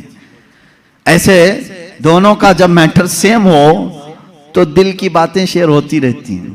عمیر بن وہب صفوان بن امیہ کے پاس آئے، حتیم کعبہ کے اندر، خانہ کعبہ کے حتیم کے اندر بیٹھے۔ عمیر بن وہب نے کہا میرے پاس تو کچھ ہے نہیں، مال و دولت، لوگوں کے قرضے بڑے ہوئے ہیں اور ہر کوئی قرضہ مانگنے آتا ہے، ایسے میں میرے بیٹے کو محمد نے قید کر لیا ہے، کیا کہوں؟ صفوان نے دیکھا سیم میٹر میرا بھی ہے، مجھے بھی بدلہ لینا ہے، اس کا بھی ہے، ایک کام کرتے ہیں۔ اس نے آفر دیا، کہا اے عمیر تیرے سارے قرضے چکا دوں گا، پلس انعام دوں گا اور میری طرف سے تلوار دوں گا، بس تو محمد کا قتل کر کے آ۔ صلی اللہ تعالی علیہ وسلم دونوں خفیہ میٹنگ کرتے ہیں خانہ کعبہ کی حتیم میں بیٹھ کر، اور اس کے بعد صفوان نے اپنی تلوار کو زہر میں بجھا کر آگ میں تپا کر کے کہ کسی کو تھوڑا زخم بھی دے دیا جائے تو وہ مر جائے، اتنی زہریلی تلوار عمیر بن وہب کے ہاتھ میں تھی۔ عمیر بن وہب کو شیطان قریش کہتے تھے کہ سب کو بھڑکانے والا، جنگ بدر میں لانے والا۔ عمیر بن وہب یہ زہریلی تلوار لے کر مدینے آئے۔ مدینے جس وقت یہ پہنچا، یہاں حالات کیسے تھے؟ مسجد نبوی کے اندر وہ قیدی بندھے ہوئے تھے، حضور پاک صلی اللہ تعالیٰ علیہ وسلم اندر ہیں، حضرت عمر فاروق رضی اللہ تعالیٰ عنہ چند صحابہ کے ساتھ پہرا دے رہے تھے، اور حضرت عمر جہاں کھڑے ہوں کس کی مجال ہے کہ اندر جائے۔ جب وہ قریب آیا، ابھی قریب آ رہا تھا عمیر بن وہب، حضرت عمر بالکل چونک گئے اور اس کے بعد اپنے ساتھیوں سے کہا خذوا ھذا الکلب، پکڑو اس کتے کو، یہ آیا کیوں ہے مدینہ، یہ بدر میں دشمن بن کر کے آیا تھا. یہ الفاظ ہیں حدیث پاک میں. کہا اس کتے کو پکڑو جو پورے لوگوں کو بھڑکا کر کے بدر میں لے آیا تھا, اور جھپٹ پڑے اس پر, اور اس کے گلے میں رومال ڈال کر کے اس کو پھندا بنا لیا. کہا کیوں آیا ہے؟ کہا نہیں بس بیٹے سے ملنے آیا تھا, بیٹے سے ملنے آیا تھا, میرا بیٹا قیدی ہوا ہے تمہارے ہاں, دیکھوں تو کچھ حال چال پوچھ لوں اس لیے آیا ہوں. تو حضرت عمر نے کہا اس کو پکڑے رہو, پہلے میں اجازت تو لے لوں رسول پاک سے. اندر گئے, کہا یا رسول اللہ صلی اللہ تعالی علیہ وسلم, عمیر بن وہب آیا ہے, قریش کا وہ بھڑکانے والا آدمی جو جنگ بدر میں سارے لوگوں کو اکسا رہا تھا, اور مجھے لگتا ہے اس کی نیت صحیح نہیں ہے. کون کہہ رہا؟ عمر ابن خطاب رضی اللہ تعالیٰ. حضور کے جو محب تھے وہ بھی لوگوں کی نظریں دیکھ کر پہچانتے تھے. کہتے ہیں مجھے اس کی نیت صحیح نہیں لگ رہی ہے. حضور پاک صلی اللہ علیہ وسلم نے فرمایا اس کو اندر تو لے آؤ, میں بھی پوچھوں کہ کس لیے آیا ہے. حضرت عمر اسی طرح پھندا ڈال کر کے اندر لے آئے. رسول کریم صلی اللہ تعالی علیہ وسلم نے بات کرنا چاہی, اس کی حلق میں اٹک رہا تھا. حضرت عمر سے کہا چھوڑ دو اس کو, بات کرنے دو. تلوار بھی ہے عمیر بن وہب کے پاس, زہریلی تلوار جو لٹکی ہوئی ہے. رسول کریم صلی اللہ تعالی علیہ وسلم کے اوپر کبھی کسی کا رعب طاری نہیں ہوا, کبھی حضور پاک کے جسم اقدس پر کسی کا رعب طاری نہیں ہوا. نہایت ہی سنجیدگی کے ساتھ اللہ کے نبی صلی اللہ تعالی علیہ وسلم نے پوچھا اے عمیر کیوں آنا ہوا مدینے؟ اس نے کہا بیٹے کی خیر خیریت کے لیے آیا ہوں, میرا بیٹا قیدی بن کر کے آپ کے ہاں آیا ہے. حضور نے فرمایا نہیں یہ مقصد نہیں ہوگا تیرا, یہ مقصد تو نہیں ہوگا, سچ سچ بتا. کہا نہیں بیٹے کی خبر لینے کے لیے ہی تو آیا ہوں. حضور نے فرمایا بیٹے کی خیریت پوچھنے کے لیے تلوار لے کے کیوں آئے ہو؟ تلوار کی کیا ضرورت ہے؟ اس نے تلوار نیچے پھینک دیا اور کہا ان تلواروں کا کیا؟ جنگ بدر میں تو آپ نے دیکھا ہمارے پاس تلواریں تھی پھر بھی ہم کامیاب نہیں ہوئے, ان تلواروں کا کیا لینا؟ وہ باتیں بنا رہا تھا جیسے سامنے والے کو یوں سمجھا ہو کہ نہیں جانتا ہے. وہ تلوار نیچے رکھ کر کے کہہ رہا ہے تلوار سے کیا ہونا جانا ہے, کچھ تو نہیں ہوگا. حضور پاک صلی اللہ تعالی علیہ وسلم جلال میں کہا عمیر بن وہب چپ ہو جاؤ, وہ بات بتاؤ جو مکہ کے حتیم میں بیٹھ کر صفوان کے ساتھ تم کر کے آئے ہو. حتیم کعبہ کے اندر بیٹھ کر کے تم نے جو صفوان کے ساتھ ڈیلنگ کی ہے, معاہدہ کیا, وہ بات بتاؤ. یہ رسول پاک صلی اللہ علیہ وسلم نے جیسی کہا عمیر بن وہب کہتا ہے میرے بدن میں راشا طاری ہو گیا, کپ کپی طاری ہو گئی, اس لیے کہ یہ بات میرے اور صفوان کے درمیان راز تھی. مکہ میں تیسرا کوئی نہیں جانتا تھا, مدینے میں بیٹھا ہوا تاجدار مدینہ میری خبر دے رہا ہے. عمیر بن وہب نے کہا اشہد انک محمدن رسول اللہ, میں گواہی دیتا ہوں کہ آپ اللہ کے سچے رسول ہیں. تلوار چھوڑ دی, ایمان لے آئے. حضرت عمر نے گلے سے گلے لگا لیا اور اس کے بعد باہر آ کر کے کہتے ہیں صحابہ سے اے لوگوں پہلے مجھے یہ شخص خنزیر سے زیادہ ناپسند تھا, لیکن ایمان لایا ہے اب مجھے میرے عزیز بیٹے سے زیادہ محبوب ہے. یہ ایمان کی علامت بھی ہے. اللہ کے نبی صلی اللہ تعالی علیہ وسلم نے وہ خبر دی جو حتیم کعبہ میں بیٹھ کر کے وہ راز و نیاز سے باتیں کر رہے تھے. اس لیے میرے عزیزو جب آپ اپنے گھر میں تنہائی میں بیٹھ کر کے یاد کریں اس یقین کے ساتھ یاد کرو کہ میرا نبی سن رہا ہے, میرے آقا کو اس کی خبر ہے. اب رہی بات وہ زندگی میں جانتے تھے, بعد وفات بھی جانتے ہیں. یہ بھی دلیل ہمارے پاس. پہلے ہم زندگی ہی کی بات کر لیں, ظاہری زندگی کی. اللہ کے نبی صلی اللہ تعالی علیہ وسلم کے ساتھ ایک بار نہیں کئی مرتبہ یہ معاملہ آتا ہے. جنگ موتا یہ جارڈن کی سرزمین پر ہے, اردن جس کو عربی میں اردن کہتے ہیں, انگلش میں جارڈن. جنگ موتا یہ بڑی خطرناک جنگ ہوئی ہے صحابہ کے ساتھ. اس میں رسول کریم صلی اللہ تعالی علیہ وسلم شریک نہیں تھے, مدینہ طیبہ میں تھے چند صحابہ کے ساتھ. اس میں صحابہ گئے, حضرت جعفر طیار اللہ تعالیٰ سپہ سالار بن کر کے گئے تھے. حضرت جعفر طیار حضور صلی اللہ تعالی علیہ وسلم کے چچیرے بھائی ہیں, حضرت مولا علی کرم اللہ وجہہ الکریم کے سگے بھائی ہیں جعفر بن ابی طالب. یہ سپہ سالار بن کر کے گئے, وہاں پر بازنطینی لوگوں سے سخت ترین مقابلہ تھا. مدینے میں میرے آقا صلی اللہ تعالی علیہ وسلم بیٹھے ہوئے ہیں, جنگ موتا ہو رہی ہے. آج آپ جا کر کے کیلکولیٹ کر کے دیکھ لینا مدینے سے جارڈن کا فاصلہ کتنا ہے, کافی زیادہ ہوگا. وہ ایک الگ کنٹری ہے, آج یہ سعودی عرب الگ کنٹری ہے. دوپہر کا وقت ہے, اللہ کے نبی صلی اللہ تعالی علیہ وسلم مسجد میں بیٹھے ہیں, صحابہ سامنے ہیں. حضور اکرم صلی اللہ تعالیٰ علیہ وسلم اچانک آپ کی آنکھوں میں آنسوں کا قطرہ ہے. آپ نے فرمایا جنگ موتا میں جعفر طیار کے ہاتھ میں علم تھا لیکن وہ شہید کر دیے گئے. پھر فرمایا اب علم عبداللہ بن رواحہ کے ہاتھ میں ہے. حضور صلی اللہ تعالیٰ علیہ وسلم یہاں صحابہ کو بتا رہے ہیں. تھوڑی دیر کے بعد حضور نے فرمایا عبداللہ بھی شہید کر دیے گئے. ایک اور صحابی کا نام لیا. پھر اس کے بعد حضور صلی اللہ تعالیٰ علیہ وسلم نے فرمایا اے میرے صحابہ اب علم اس کے ہاتھ میں ہے جس کو سیف اللہ کہا جاتا ہے, یعنی اللہ کی تلوار کے ہاتھ میں اب جھنڈا آیا ہے. کون ہے؟ خالد بن ولید کے ہاتھ میں ہے. اللہ رب العزت خالد بن ولید کے ہاتھ میں فتح رکھا ہے. اس کے بعد شام ہوئی, صحابہ اکرام کو حضور نے بشارت دے دی خوشی مناؤ کہ جنگ موتا میں اسلام کو فتح نصیب ہوئی, مسلمان غالب آئے. یہ جنگ ختم ہونے کے تقریباً 1 مہینے کے بعد صحابہ واپس آئے, اور جب جنگ کی فتح کی خبر مدینے میں پھیلتی تھی تو لوگ خوشیوں سے استقبال کے لیے باہر جاتے تھے, لیکن یہاں مدینے میں پہلے سے خوشیاں ہو چکی تھیں. 1 مہینے کے بعد وہ صحابہ آئے اور وہ آ کر کے حالات بیان کرنا چاہ رہے تھے. صحابہ نے کہا رکو رکو ہم خود بتاتے ہیں جنگ موتا میں کیا کیا ہو رہا تھا. وہ کہتے ہیں کیا پہلے جھنڈا جعفر ابی طالب کے پاس نہیں تھا؟ کہا ہاں تھا. وہ شہید ہو گئے, ان کے بعد عبداللہ کے پاس تھا؟ کہا ہاں تھا. کہا ان کے بعد زید بن حارثہ کے پاس تھا؟ کہا ہاں ان کے پاس تھا. پھر جھنڈا خالد بن ولید کے ہاتھ میں آیا اور فتح ہو گئی. وہ صحابہ کہتے ہیں ہم لڑنے کے لیے گئے تھے, تم مدینے میں بیٹھے تھے, خبریں تم دے رہے ہو. ان صحابہ نے کہا ہاں بات ہمارے علم غیب کی نہیں, رسول اللہ کے علم غیب کی ہے.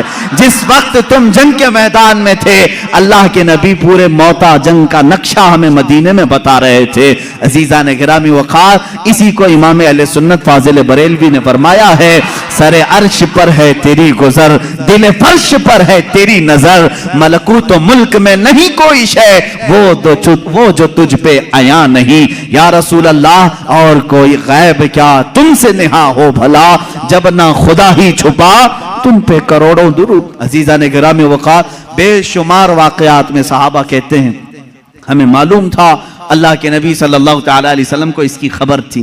اب اپنے بعد ہونے والے حالات کو جو حضور نے بیان کیے وہ خود ایک الگ ٹاپک ہے.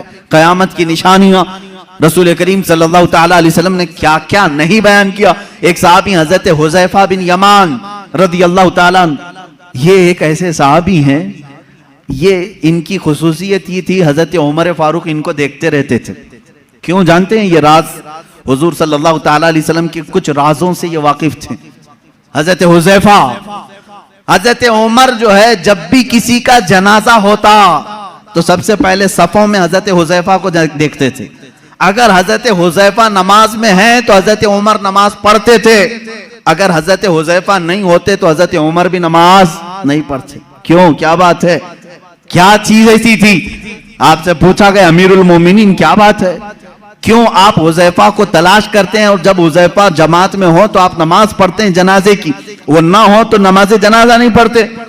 بات یہ ہے میرے عزیزو, حضرت حذیفہ کہتے ہیں رسول کریم صلی اللہ تعالیٰ علیہ وسلم نے ان کو قیامت تک آنے والے منافقین کا نام کے ساتھ بتایا تھا. فلاں بن فلاں منافق ہے, فلاں بن فلاں منافق ہے, فلاں بن فلاں منافق ہے. حضرت حذیفہ کہتے ہیں میں نے سب نام یاد رکھے. حضرت عمر کہتے ہیں یہ راز رسول کے جانکار تھے اور یہ جانتے تھے کہ کون مرا ہے, مومن مرا ہے کہ منافق مرا ہے. حضرت حذیفہ جس جنازے میں شریک ہوتے حضرت عمر کہتے مومن کا جنازہ گیا, جہاں نہیں ہوتے وہ خود ہی دور ہٹ جاتے. حضرت حذیفہ نہیں ہے اس کا مطلب ہے دال میں کچھ کالا ضرور ہے. میرے عزیزو, حضور اکرم صلی اللہ تعالیٰ علیہ وسلم نے انہیں نام کے ساتھ بتایا تھا. کیا یہ غیب کی خبر نہیں ہے؟ یہ غیب کی خبر نہیں ہے کس کے دل میں کیا چھپا ہے. ایمان اور نفاق تو یہ دل کی کیفیت کا نام ہے. حضور اکرم صلی اللہ تعالیٰ علیہ وسلم نماز کی حالت میں ہوں اور صحابہ اکرام پیچھے نماز پڑھ رہے ہوں تب بھی حضور فرماتے ہیں تمہارے رکوع اور سجدے بھی مجھ سے چھپے ہوئے نہیں, تم اپنے دلوں میں جو سوچتے ہو وہ بھی خبر اللہ تعالیٰ مجھ پر منکشف فرماتا ہے. اب حضرت حذیفہ رضی اللہ تعالیٰ عنہ فرماتے ہیں, وہی حدیث سن لیں. حضور اکرم صلی اللہ تعالیٰ علیہ وسلم ایک دن اپنے حجرے سے باہر آئے, ممبر پر کھڑے ہو گئے, فجر کی نماز پڑھا کر ممبر پر کھڑے ہو گئے, خطبہ دیتے رہے. حضرت حذیفہ کہتے ہیں ظہر کی اذان ہو گئی. ظہر تک ظہر کی نماز پڑھائی حضور پاک صلی اللہ علیہ وسلم، پھر منبر پر چڑھے خطبہ دیتے رہے، عصر ہو گئی، عصر کے بعد پھر خطبہ دیا، مغرب ہو گئی، مغرب کے بعد پھر خطبہ دیا، عشاء ہو گئی۔ اتنا لمبا خطبہ پوری زندگی پاک میں کبھی نہیں تھا۔ حضرت حذیفہ رضی اللہ تعالیٰ عنہ اس حدیث کے راوی میں فرماتے ہیں یہ وہ دن تھا جب میں تنہا نہیں اور بھی صحابہ تھے، اللہ کے نبی صلی اللہ تعالیٰ علیہ وسلم نے اپنی وفات کے بعد سے لے کر قیامت تک آنے والے ہر فتنے کو حضور نے خطبے میں بیان کیا، اور حضور حضرت حذیفہ فرماتے ہیں اتنے فتنے، کون کس فتنے کا بانی ہوگا، کون فاؤنڈر ہوگا، کون کون سی جماعتیں تشکیل پائیں گی، کتنے فرقے بنیں گے، اور فرقے کا فاؤنڈر کون ہوگا اس کے نام کے ساتھ حضرت حذیفہ کہتے ہیں 300 فتنوں کے بانیوں کے نام تو مجھے یاد ہیں، حضور صلی اللہ تعالیٰ علیہ وسلم منبر پر بیان کر رہے ہیں۔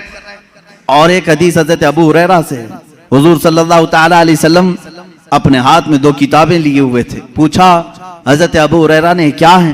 حضور نے فرمایا یہ ایک ہے، یہ ایک ہے، اس میں سارے جنتیوں کے نام ہیں، اس میں سارے جہنمیوں کے نام، اس کی بھی خبر اللہ نے رسول پاک کو عطا کی تھی۔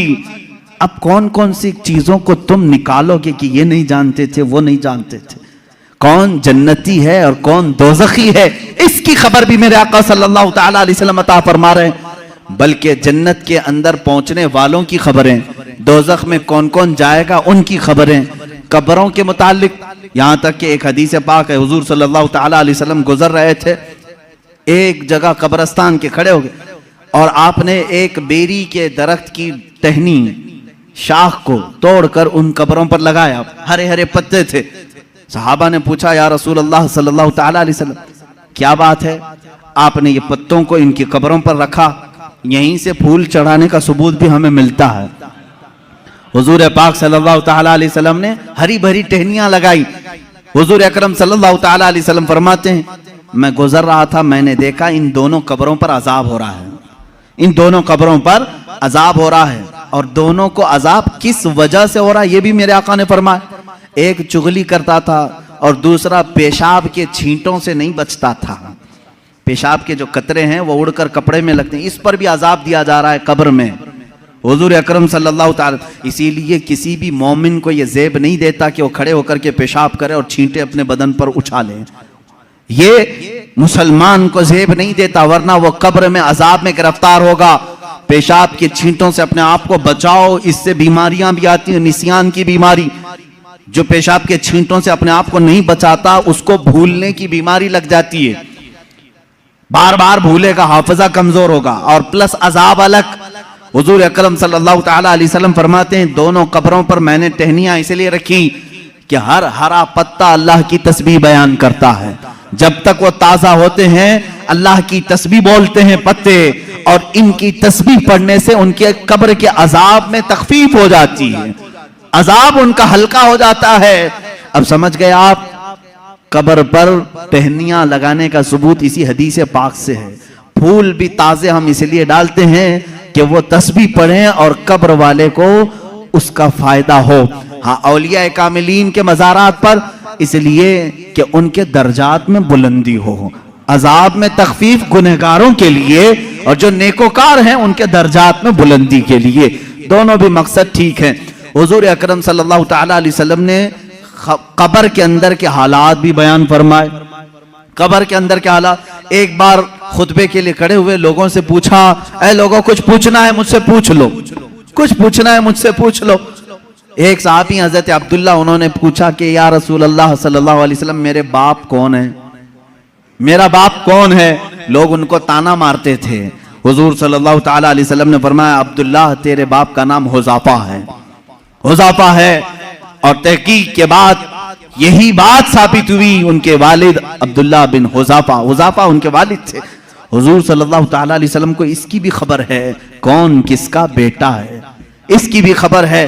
اب بعد وفات کی بات بھی میں بتا دوں، کیا حضور صلی اللہ تعالیٰ علیہ وسلم کو ان کی وفات کے بعد کی خبر ہوگی کہ نہیں ہوگی؟ رسول کریم صلی اللہ تعالیٰ علیہ وسلم کو وفات کے بعد خبر ہے یا نہیں؟ حیات بعد الممات، یہ میرا خود الگ ایک عنوان رہے گا، حیات النبی، لیکن حضور کی وفات کے بعد وہ اپنی امت کو جانتے ہیں کہ نہیں جانتے؟ عزیزان گرامی، ایک صحابی کہتے ہیں حضور صلی اللہ تعالی علیہ وسلم سے، انہوں نے عرض کیا آقا میں آپ سے قریب ہونے کے لیے کیا کروں؟ حضور صلی اللہ تعالی علیہ وسلم کی وفات کے بعد کی بات پوچھ رہے ہوں.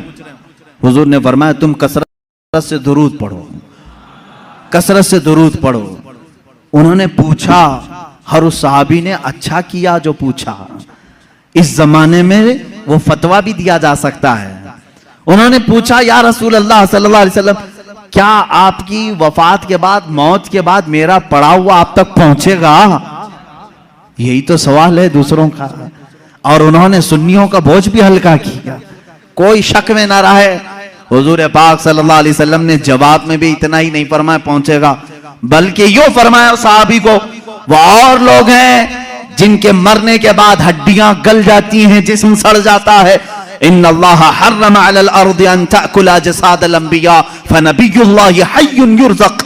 اللہ کے نبی فرماتے ہیں، حدیث ہے، بے شک اللہ نے زمین کو حرام کر دیا ہے، وہ نبیوں کے جسموں کو کھا نہیں سکتی. اللہ کے نبی زندہ ہوتے ہیں اور رزق بھی دیے جاتے ہیں، ان کو رزق دیا جاتا ہے. تم جو درود پڑھتے ہو صرف پہنچتا نہیں. میرے آقا فرماتے ہیں جس نے درود پڑھا میں اسے بھی جانتا ہوں، اس کے باپ کو بھی جانتا ہوں. پڑھو درود مبارک. اللہم صلی علی سیدنا محمد وعلی آلہ واصحابہ وبارک وسلم ابدا. رسول کریم صلی اللہ تعالی علیہ وسلم فرماتے ہیں میں اس کو بھی جانتا ہوں، اس کے باپ کو بھی جانتا ہوں. غیب کی خبریں رکھنے والا وہ رسول کبھی یہ نہیں فرمایا کہ مدینے سے بھیجے گا تو جانتا ہوں، مکے سے بھیجے گا تو جانتا ہوں. مطلق فرمایا افریقہ سے بھیجے، ہندوستان سے بھیجے، پاکستان سے بھیجے، جہاں سے بھی بھیجے، چاہے اس کے باپ کا نام جیسا بھی ہو، لیکن میرے آقا نے فرمایا میں اس کو بھی جانتا ہوں، اس کے باپ کو بھی جانتا ہوں. اے مسلمانوں فخر کرو اس بات پر، قربان جاؤ اس بات پر. ایک درود ایسا ہے، ایک عبادت ایسی ہے جب ہم یہاں پڑھتے ہیں ہمارے باپ کا تذکرہ مدینے میں ہو رہا ہوتا ہے. میرے آقا کی جالیوں کے سامنے ہمارے باپ کا نام تک پہنچ جاتا ہے. اس سے بڑی خوش قسمتی تمہاری اور کیا ہو سکتی ہے جب نبی کو فرشتہ جا کر یہ بتا رہا ہو یا رسول اللہ فلاں کا بیٹا فلاں ابھی درود پڑھا ہے اور آپ کی بارگاہ میں پہنچایا جا رہا ہے. فرشتے پہنچاتے ہیں. بعض وہ ہیں حضور فرماتے ہیں جن کے درود کو میں خود سنتا ہوں، بعض وہ ہیں جن کے درود کو میں خود سنتا ہوں، اور بعض وہ ہیں جن کے درود کو اللہ کے ملائکہ فرشتے مجھ تک پہنچایا کرتے ہیں. یہ کب تک پہنچاتے ہیں اس کی بھی کوئی لمٹ نہیں. جب تک قیامت نہ آ جائے رسول پاک ہر امتی کی خبر رکھتے ہیں. میرے عزیزو یہ عقیدہ کیوں ضروری ہے اب میں آپ کو بتاتا ہوں. ظالموں نے، انگریزوں نے، یہودیوں نے، ان کے اندر ایک جماعت ہے مستشرق جس کو اورینٹلائزم کہا جاتا ہے. یہ مستشرق ہیں، یہ اسلام کو پڑھتے ہیں، ہوتے یہودی ہیں، عیسائی ہیں، مشنری کے لوگ اسلام کو پڑھتے ہیں، قرآن پڑھتے ہیں، حدیث پڑھتے ہیں، عالم بھی بن جاتے ہیں، اور پھر ہماری یونیورسٹیز میں پڑھاتے بھی ہیں اور لوگوں کے درمیان اسلام کی باتیں کرتے ہیں. لیکن کچھ نہ کچھ اس میں سے اعتراض نکال کر کے مسلمانوں کے عقیدے میں کشمکش لانا چاہتے ہیں، وسوسے ڈالنا چاہتے ہیں. ایسے ہر زمانے میں رہے، آج بھی ہیں. خود مصر میں جامعہ قاہرہ یونیورسٹی کا نام ہے، قاہرہ یونیورسٹی، وہاں پر آج بھی وہ یہودی اسلامی تعلیمات پڑھا رہے ہیں، فقہ اسلامی پڑھاتے ہیں. وہ ہے نہیں مسلمان لیکن اسلامی تعلیمات سے خوب واقف ہیں. اور انہوں نے ایک گولڈ زہر نام کا شخص تھا جو مستشرق ہے، اس نے کتابیں لکھی، وہ حدیث بھی اور قرآن کی تفسیر بھی جانتا تھا. حیرت ہوگی آپ کو، دنیا کی سب سے بڑی ڈکشنری حدیثوں کو تلاشنے کے لیے بڑا مسئلہ تھا کہ کون سی حدیث کہاں ہے. بخاری میں ہے کہ مسلم میں ہے، مشکات میں ہے، ترمذی میں، ابو داؤد میں، نسائی میں، ابن ماجہ میں. حدیث کی ہزاروں کتابیں، کہاں کون سی حدیث ملے گی. اس کی پہلی ڈکشنری جنہوں نے بنایا المعجم المفہرس لالفاظ الحدیث، یہ تقریباً 6 یا 7 جلدوں میں کتاب ہے، ڈکشنری ہے. الف سے اگر حدیث شروع ہوتی ہے تو یہ کہاں کہاں ملے گی اس کے ساتھ لکھا ہوا ہے. اس پر پوری محنت کیا 4 یہودی عالموں نے. وہ مسلمان نہیں، ان کو کیوں اتنی فکر ہے، کیوں وہ اتنی محنت کر رہے ہیں. تفسیر پر لکھا ہے انہوں نے، علم تفسیر پر کتابیں لکھی ہیں. میرے عزیزو محبت اسلام میں نہیں، عداوت اسلام میں. لکھتے ہیں اور اس کے بعد اعتراض کرتے ہیں خود اپنی طرف سے اور مسلمانوں میں چھوڑ دیتے ہیں. یہیں سے جماعتیں بنتی ہیں, یہیں سے جماعتیں بنتی ہیں. ان کے جو شاگرد ہیں مستشرقین کے, وہ ماڈرن خیال بن کر کے مسلمانوں میں آتے ہیں اور نئی نئی باتیں لے آتے ہیں. محمد بن عبد الوہاب نجدی جو سب سے پہلے اپنے نئے عقائد کو سعودی عرب میں پیش کیا, ان کے استاد کون کون تھے ذرا آپ مجھے بتاؤ, کہاں کہاں پڑھے تھے؟ استاد سے متاثر ہو کر کے آئے. ایسے مصر میں بھی بہت سارے ہیں جو جرمنی میں اسلامی تعلیمات پڑھتے رہے, انگلینڈ میں پڑھتے رہے, اسلامک ڈپارٹمنٹ کے اندر بہت سارے مدرس اسلام پڑھانے والے یہودی ہیں, عیسائی. یہ بھی نہیں کہ چھپ کر کے, بلکہ وہ ظاہر بھی ہیں, وہ کہتے بھی ہیں ہم عیسائی ہیں, ہم یہودی ہیں, لیکن اسلام کو ہم پڑھے ہوئے ہیں ایز اے نالج, ایک دراسہ کے طور پر.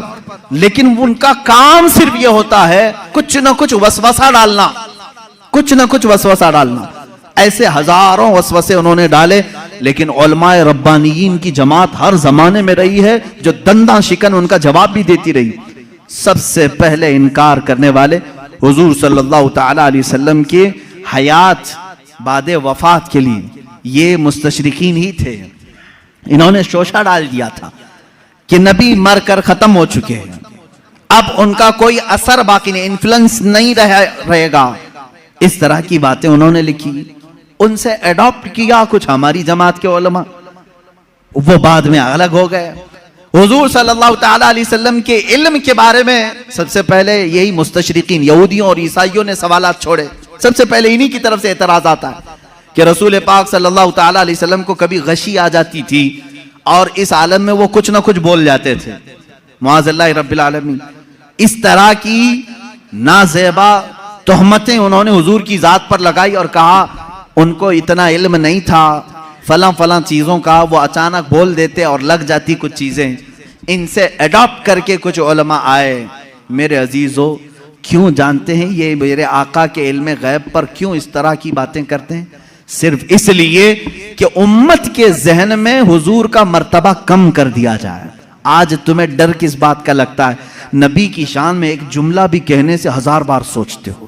اللہ کے نبی ہیں, ان کے بارے میں ہم مذاق میں بھی کوئی جملہ نہیں کہہ سکتے, ایمان چلا جائے گا. آج تک یہ ڈر ہے یا نہیں؟ آج تک یہ ڈر ہے. لیکن یہ چاہتے ہیں کہ ان کو بھی عام انسان کی طرح پیش کر دیں, ان کا بھی مذاق ہو سکتا ہے.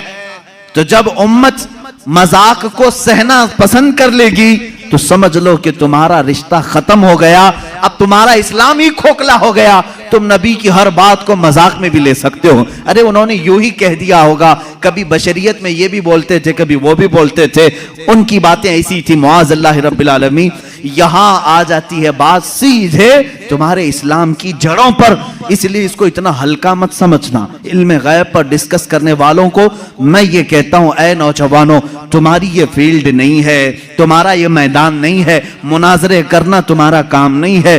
بس اتنا تم عقیدہ رکھو, ہم اس مسئلے میں کوئی گفتگو نہیں کرنا چاہتے. میرے رسول کو اتنا علم تھا جتنا میرے مولا نے دیا تھا. رب تعالیٰ جانے کتنا دیا تھا, رسول جانے کی کتنا لیا تھا. بس اس پر تم اپنی گفتگو کو ختم کر دینا. دوسرا کوئی بھی شیطان تمہارے پاس آئے, میسج کرے, رسول کو اس بات کی خبر نہیں تھی, رسول کو اس بات کی خبر نہیں تھی, تم ہر ایک کے ڈیبیٹ میں مت بیٹھنا. شیطان گفتگو میں لگا کر کے تمہارا ایمان سلب کرنا چاہتا ہے, تمہارے ایمان پر ڈاکہ ڈالنا چاہتا. شروع میں تم ڈیفنس میں جواب دیتے رہو گے, اور جب تھک جاؤ گے تب سوچو کہ میرے بھائی صحیح کہہ رہا ہے سامنے والا, میرے پاس تو کوئی دلیل ہی نہیں, ہمارے علماء کے پاس بھی کوئی دلیل ہی نہیں. امام رازی کے پاس شیطان آ کر کے ان کے خدا کا یقین ان کا متزلزل کر گیا تھا. امام رازی وقت کے بڑے امام ہیں. شیطان ایک بزرگ کی شکل میں آیا اور کہا تم اللہ کو ایک مانتے ہو, کیا دلیل ہے تمہارے پاس؟ انہوں نے دلیل دی. دوسرا اس نے شیطان کاٹ دیا, کہا یہ تو نہیں ہو سکتا. دوسری انہوں نے دلیل دی, وہ بھی کاٹ دیا. انہوں نے اللہ کے ایک ہونے پر 360 دلیلیں دی. ان کی موت کا وقت قریب تھا, 360 دلیلیں دی. لیکن بعد میں ان کے پیر و مرشد نجم الدین کبرا رحمت اللہ تعالی علیہ, ان کی مدد آئی. انہوں نے کہا امام رازی کو, اے رازی, تو اس سے کیوں نہیں کہتا کہ میں اپنے خدا کو بغیر دلیل کے ایک مانتا ہوں؟ بس اتنا کہہ دے اور دامن چھڑا لے. پھر امام رازی نے کہا, ایک وقت ایسا آ گیا تھا رازی کا, وہ سوچنے لگ گئے تھے کہ اللہ ایک ہے بھی کہ نہیں ہے، ایک ہے کہ نہیں ہے، ڈگمگا دیا تھا شیطان. تب پھر پیر و مرشد کی نسبت بھی کام آئی.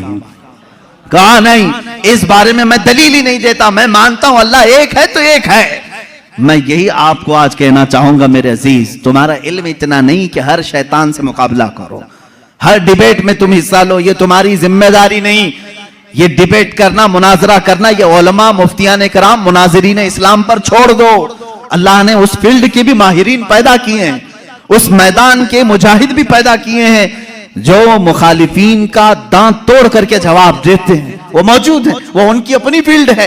لیکن ہر ایرا غیرہ اس میں بازی لے جانے کی کوشش میں کرے گا تو تمہارا گھوڑا کہیں کا کہیں گر جائے گا اور تم شہید بھی ہو جاؤ گے، گر جاؤ گے. اب یہاں پر میرے عزیزو میری نصیحت سن لو. اس طرح کے ڈیبیٹ جب بھی آئیں، میرے رسول کو کتنا علم تھا کتنا نہیں تھا، تب اتنا ہی کہو. میرا تو عقیدہ اتنا ہے، اللہ نے ان کو بے حساب دیا تھا، جتنا اللہ نے دیا تھا اتنا ان کے پاس تھا. یا اللہ جانے کتنا دیا تھا، رسول جانے کتنا لیا تھا. اسی پر اپنی گفتگو ختم کرو.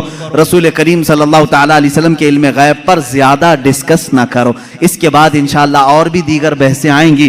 حضور بشر تھے کہ نور تھے، حضور حاضر ہیں کہ ناظر ہیں کہ نہیں ہیں، حضور وفات کے بعد زندہ ہیں یا نہیں، حضور کو کتنے اختیارات تھے. یہ سب آج کے مسائل جو پھیلائے ہوئے ہیں کتابوں میں انشاءاللہ العزیز ہر ایک پر تھوڑی سی ہی صحیح گفتگو کرنے کی سعادت ضرور حاصل کروں گا. اس لیے کہ ہم نے رسول مانا ہے تو وہ رسول مانا ہے جیسے صدیق اکبر نے مانا تھا. ہم وہ رسول مانتے ہیں اس لیے کہ حضرت صدیق اکبر کا ایمان تو دیکھو. ابو جہل آیا ایک بار کہنے لگا ابو بکر تمہیں معلوم ہے یہی ایمان ہونا چاہیے آپ کا بھی. ابو بکر صدیق آ رہے تھے کہیں باہر سے، ابو جہل پکڑا، کہا ابو بکر ایک سوال کا جواب دے دو. کہا کیا ہے؟ کہا ایک شخص کہہ رہا ہے کہ کل کی رات وہ مسجد حرم سے بیت المقدس تک گیا تھا، ایک ہی رات میں گیا تھا اور اس کے بعد پھر واپس لوٹ کر کے بھی آیا. پاسیبل ہے؟ ایسا ممکن ہے؟ یہ معراج کا دوسرا دن تھا.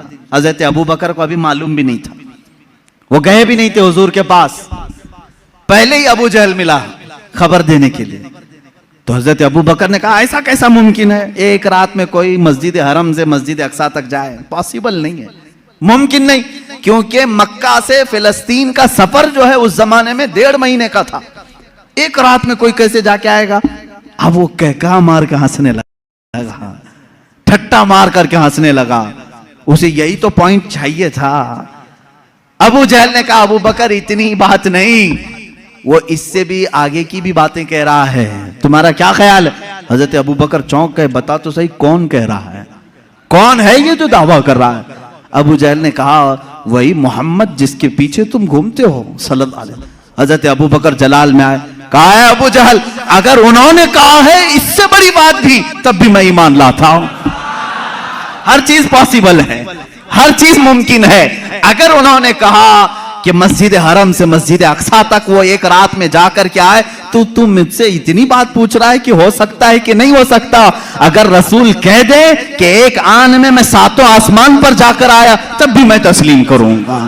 یہ حضرت ابو بکر پہلے ہی بتائے. اس کے بعد بارگاہ مصطفیٰ میں آئے حضور صلی اللہ تعالی علیہ وسلم کے بعد. ابھی حضور صحابہ کو اپنے سفر کی داستان سنا رہے تھے. حضرت ابو بکر کس سے سن کے آئے تھے؟ ابو جہل سے. لیکن قربان جاؤ میرے مولا کو، میرے مولا نے انہیں جو عطا کیا. حضرت ابو بکر جیسے ہی آئے حضور نے مسکرا کر کے کہا اے ابو بکر جبرائیل آئے تھے اللہ کی طرف سے تمہارے لیے ایک لقب لے کر کے آئے ہیں. کہا یا رسول اللہ کیا ہے؟ کہتے اللہ نے آج سے ابو بکر کو صدیق کہا ہے. صدیق اس کو کہتے ہیں جو سچائی کی تصدیق کرتا ہے، جو ہر سچی بات کو ایکسپٹ کرتا ہے. حضرت ابو بکر ابھی حضور سے سنے نہیں، دشمن سے سنے ہیں، تب وہ اقرار کر رہے ہیں اے ظالمو تم نے محدثین سے سنا ہے، اولیاء کاملین سے سنا ہے، صحابہ تابعین سے سنا ہے کہ رسول کیا کیا جانتے تھے، پھر بھی انکار کر رہے ہو. حضرت ابو بکر نے ابو جہل سے سن کر کے بھی انکار نہیں کیا. الحمدللہ ہم صدیقی ایمان ایمان رکھتے ہیں کہ ہم نے اپنے اولیاء کاملین کی زبان سے سنا کہ رسول ما کانا وما یکون کی خبر رکھتے ہیں. ہمارا عقیدہ بھی یہی ہے کہ رسول ما کانا وما یکون کی خبر رکھتے ہیں. وہ اولین کے بھی آقا ہیں, وہ آخرین کے بھی آقا ہیں. وہی ہے یاسین, وہی ہے طٰہٰ, وہی ہے فرقان, وہی ہے اول, وہی ہے آخر. میرے آقا کی ذات پر یہ ساری چیزیں منتہا ہیں. اللہ رب العزت ہمیں اہل سنت و جماعت کے سچے مذہب پر قائم و دائم رکھے. مولا تعالی ہمیں اسی عقیدے کے ساتھ اس دنیا سے رخصت فرمائے. اے مولا ہمارا جنازہ اہل سنت و جماعت پر اٹھا. جب رسول کریم صلی اللہ علیہ وسلم کی بارگاہ میں پہنچیں تو ہمیں شرمندہ اور ذلیل و رسوا ہونے سے محفوظ فرما. وآخر دعوانا الحمدللہ رب العالمین.